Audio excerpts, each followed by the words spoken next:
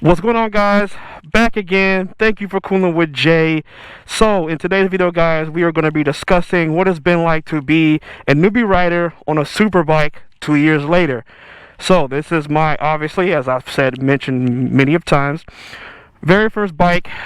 Yes, sport bike, leader bike, all those type of things.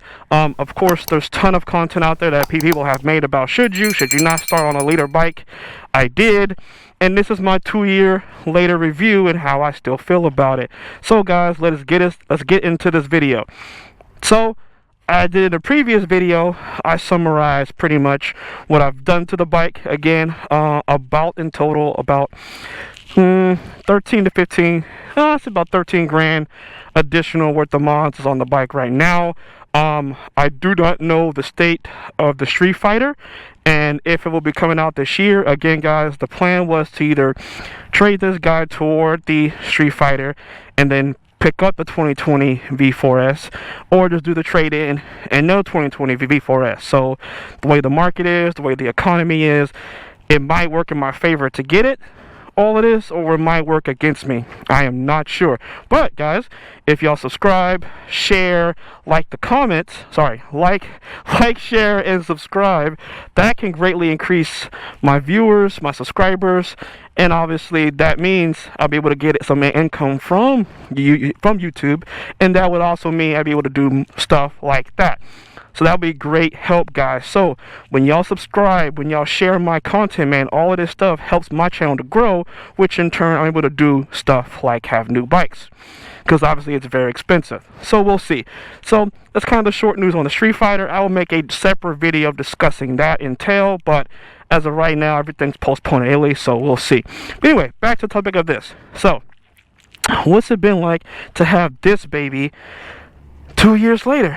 Oh man, it has been an interesting ride. I have not dropped it. In fact, matter of fact, the one time I've almost dropped it was twice. So first time was maybe a month into me riding. I was coming around a corner. Actually, I came to a light and made a left turn, and I fixated on the curve that I didn't want to hit and not making the turn, and went straight for the curb. That's my first time. I was going like 10 miles an hour, so it was no big deal. I came to a stop. The second time was in my garage.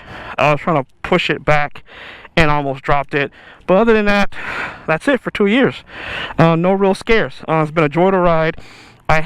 So I will let y'all know, as you can see here, so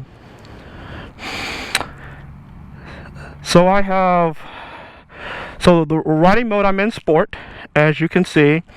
Traction controls on 6, wheelie controls on max,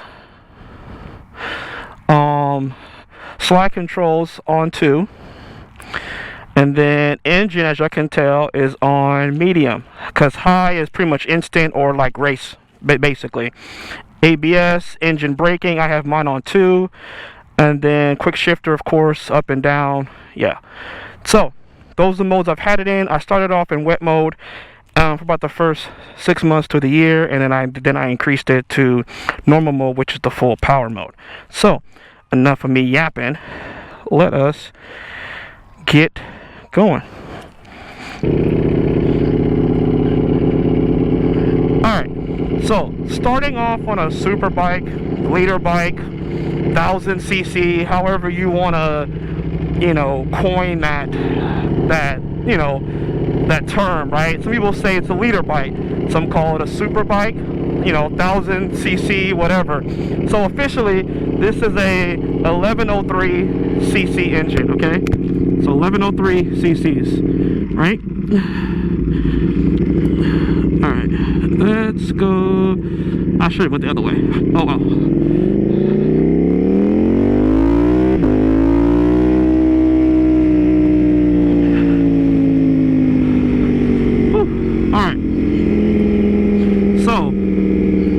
Has it been scary, right? That's the main question I get asked all the time. Is it scary? Do you feel afraid?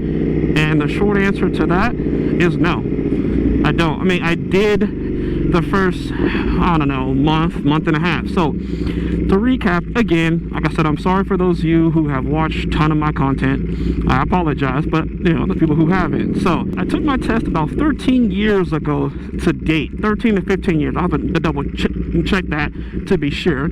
And I haven't ridden a bike since then. I mean, I rode a few friends' bikes, but that was it until I purchased this baby. So basically how it worked is they shipped it, or I guess delivered it to my house. So I didn't ride it, okay? They delivered it to my house. So my first time riding it was out of my, you know, garage, whatever, down the street. And what I did was,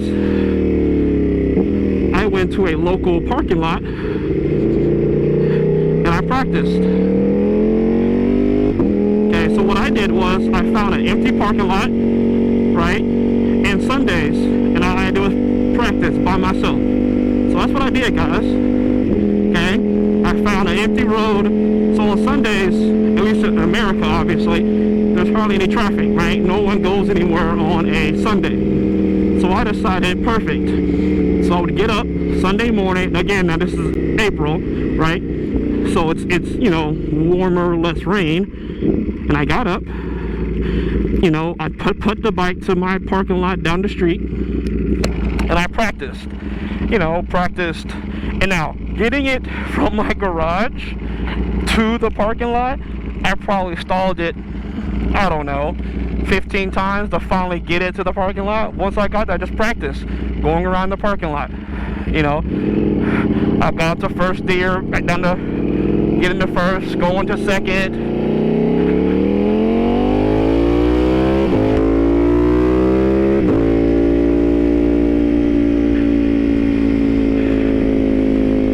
Into third, back down through the gears.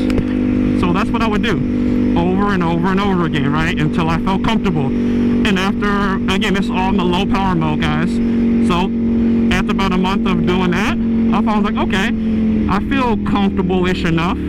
So then I would start on Sundays, and that's kind of how I started to ride. Was I get up on Sundays and I'd ride. I'd ride around the town, you know, stop and go traffic to get rid of all this pressure, right? All the pressure of being at lights and cars behind you. And, you know, in the beginning, guys, you had to think through all this stuff. Braking and downshifting and upshifting and all of that, right? I'm trying to wait till all these cars go. You gotta think about all this stuff, right? So in the beginning, this helped me, look at that car. This helped me to kind of, you know, become comfortable with doing these actions without feeling, you know, afraid, nervous, all of that kind of stuff. So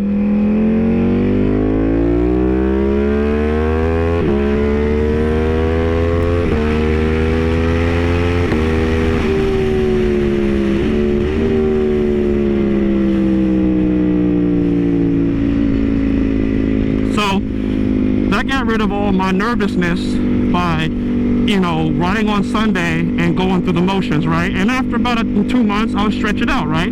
I'd go further out and come back. But I always stayed on roads that I knew, okay?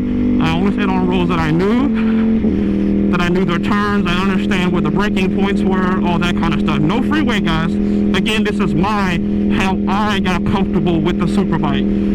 This is not me trying to tell everybody this is how you should do it.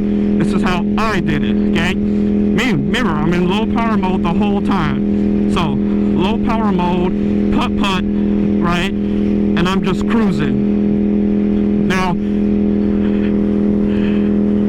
the bike would get a little warm, obviously, because I'm just in, you know, parking lot or up the road, but I was fine with that. And that's what I did, guys, to get comfortable with, you know, that low power mode, to get comfortable with the brakes. Because yeah, when I came to the first stop sign leaving my complex and I touched that brake, yeah, it was a little snappy. It kind of caught me off guard. I'm not going to sit up here and lie and say it didn't. But again, I pushed my threshold slowly but surely. Guys, the very first time I rode with anybody was December. So I got the bike in April. The first time I rode with anybody was December. Now, there were people who asked me to ride with them, but I avoided it for the obvious reasons, right? I wasn't prepared yet, in my own opinion, to ride by myself. So I didn't.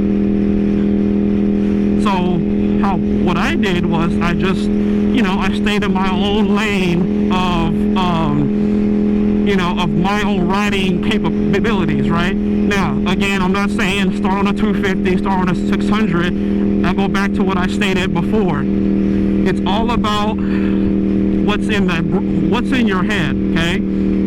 I wouldn't give the 20-year-old me this bike, okay? I'm in my 30s. I wouldn't give the 20-year-old the bike. I wouldn't do it. The reason why is I was more trying to impress, you know, trying to show off to females. No, I'm not saying I don't rev bomb people and stuff like that, but my mindset is different because I'm older, right? I'm not. Now, granted, there's some people who are kids and still haven't grown up, so that's another thing too. There's plenty of people out there who still haven't grown up. They still act like a child, right? And they're 50 years old. But for me, I knew I didn't want to increase my risk, especially being on a super bike. So I decided I'm going to take it as slow as possible and increase. So anyway, me and that guy went out for a ride in December. I think I put it up. I'll put it up in the comments. Sorry, I'll put it in the description below. And if you notice in that video, I'm going pretty slow, right? I'm going pretty slow in that video because I'm not used to being at those speeds going around curves, right? And I took it at my own pace. Now, what's funny is if you fast forward to the ride we went on so I went to Eugene with the same guy, right? And if you notice in that video, it's a lot different because I'm used to riding. I've got more comfortable, you know, more practice. So that's happened. I'm coming up to this curve and I wanna do a demonstration because I've done this so many times now, right? And before, I would have never taken this curve at any high rate of speed, right? I wouldn't have. But now I feel more comfortable on my bike, so I do. So I want to use this as an example.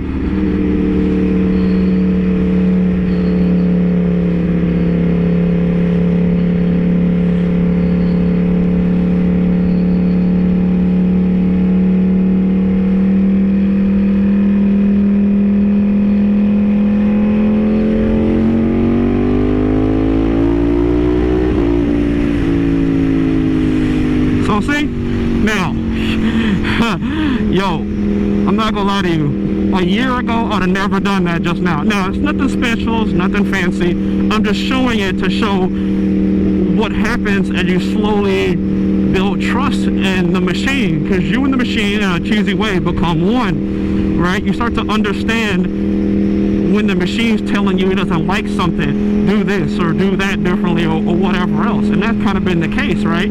As I've written more, I understand this Ducati, and when it's telling me it's upset with something, and then I change accordingly, right?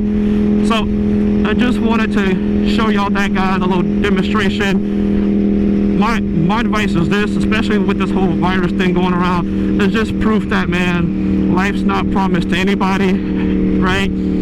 While you have the opportunity, you know, chase your heart desire. If it's a bike, if it's a sport bike, a car, whatever it is, man, you only have one time to do it. You might as well do it now, because you never know when things are going to change in life. You know, I thank God that I've been able to do this, and I haven't crashed or anything like that, you know. But so that's my 2 cents, man. Get the bike you want, no regrets. I sure don't at all.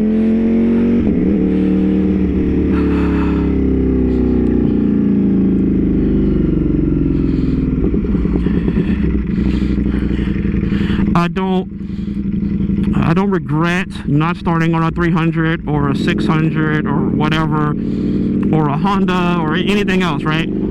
I got the bike I want. in the CC I want. A guy asked me the other day about getting the new V2 over the V4, and I told him, I was like, hey man, at first it's a money thing, right? I don't care what anybody tells you on YouTube. First and foremost, it's what you can afford. That's the first question. Can you afford it? I don't mean can you swipe your credit card. I mean, like, can you afford the payments? Can you afford the upkeep, the maintenance costs, that sort of thing? If the answer is yes, then it's, when you look at it, does it appeal to you? Because like I said in a previous video, guys, these are all toys, right? When you look it up, when you do your insurance, right, it lists the different reasons for each thing, right? They'll say, is this your daily driver, commuter, is it for fun, luxury, something like that, right? It lists different categories when you get different car insurance, right? Because of course it's going to change the rate. Is it commercial use? Is it personal? Is it just your daily car? So for most people, these aren't our commuters. These aren't our daily bikes. These are our fun toys. So if it's fun, get what you like. It isn't about which has the best power or best this or best that. It's about when you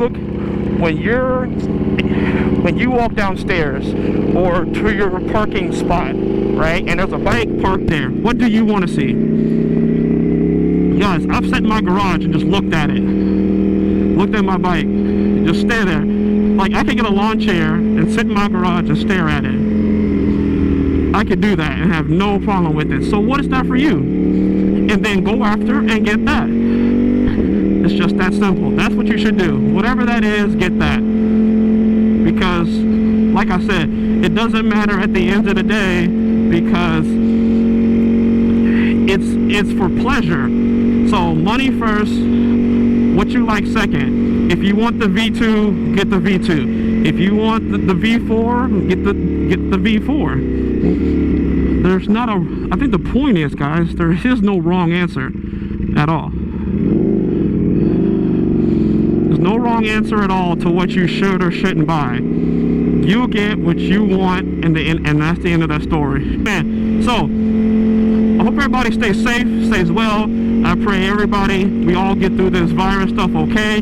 I pray nobody loses their jobs, their income, their homes, their cars. In the name of Jesus, I pray that everybody that, makes it through this, not just unscathed, but coming out on top, right? You get that better job you wanted, right? You get out of debt. Whatever the case is, man, I just pray that people have more of abundance and less scarcity.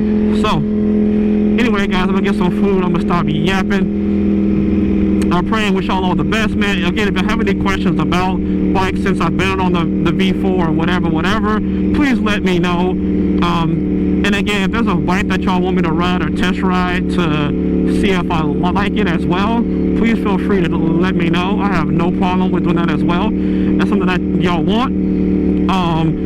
And as always, thank you for Coolin with Jay, man. Make sure you hit that like and subscribe, because like I said, the more help, the more y'all subscribe and view and share my content, the more YouTube suggests it's me, which means the more I grow, which means the more content I can bring you, which means, it's a win-win for everybody. Alright, guys, thanks as always, and I'll see you on the next video.